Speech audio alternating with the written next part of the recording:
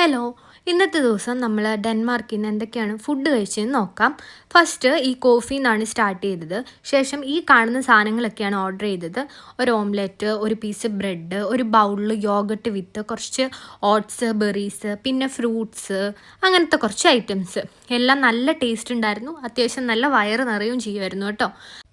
അതിനുശേഷം ഈ കാണുന്ന ക്രിസ്മസ് മാർക്കറ്റിലോട്ടാണ് പോയത്.